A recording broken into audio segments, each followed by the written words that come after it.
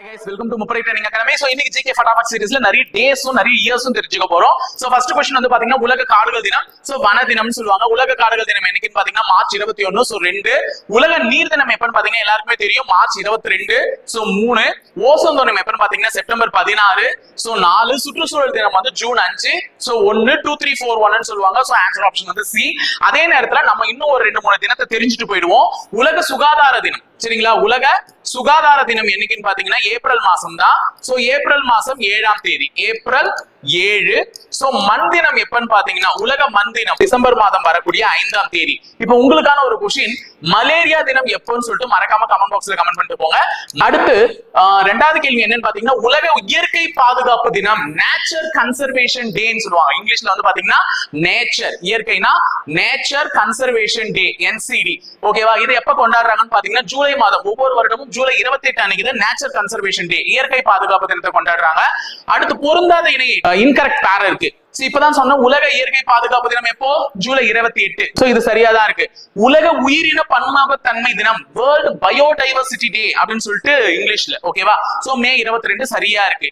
உலக காடுகள் தினம் மார்ச் 21. இப்பதான் பார்த்தோம் வேர்ல்ட் ஃபாரஸ்ட் டே வந்து மார்ச் 21. ஆனா உலக வனவிலங்கு தினம் அப்படின்னு சொல்லிட்டு ஒரு டே இருக்கு. அது மார்ச் 2 கிடையாது. எப்பன்னு பாத்தீங்கன்னா மார்ச் 3. அடுத்தது உயிரியல் பன்முகத்தன்மை சட்டம் எந்த ஆண்டு இயற்றப்பட்டதுன்னு சொல்லிட்டு கேக்குறாங்க. பயோடைவர்சிட்டி லானா என்ன? அதாவது உயிரியல் வளங்களை வந்து பாதுகாக்கணும், அது எந்த வகையிலும் கெட்டு போறதுக்கு விடக்கூடாது அப்படின்னு சொல்லிட்டு இந்த ஒரு சட்டத்தை வந்து ஏற்றி இருக்காங்க. எந்த ஆண்டுன்னு பாத்தீங்கன்னா 2022 தான் ஏற்றி இருக்காங்க பயோடைவர்சிட்டி லா. சரிங்களா? ஜிம் கார்பெட் தேசிய பூங்கா எந்த ஆண்டு தோற்றுவிக்கப்பட்டது? சோ ஜிம் கார்பெட் தேசிய பூங்கா எங்க இருக்குன்றது எல்லாருக்குமே தெரியும். உத்தரகாண்ட்ல இருக்கு. சரிங்களா? உத்தரகாண்ட்ல இருக்கு. இந்தியாவினுடைய முதல் தேசிய பூங்காவும் இதுதான்.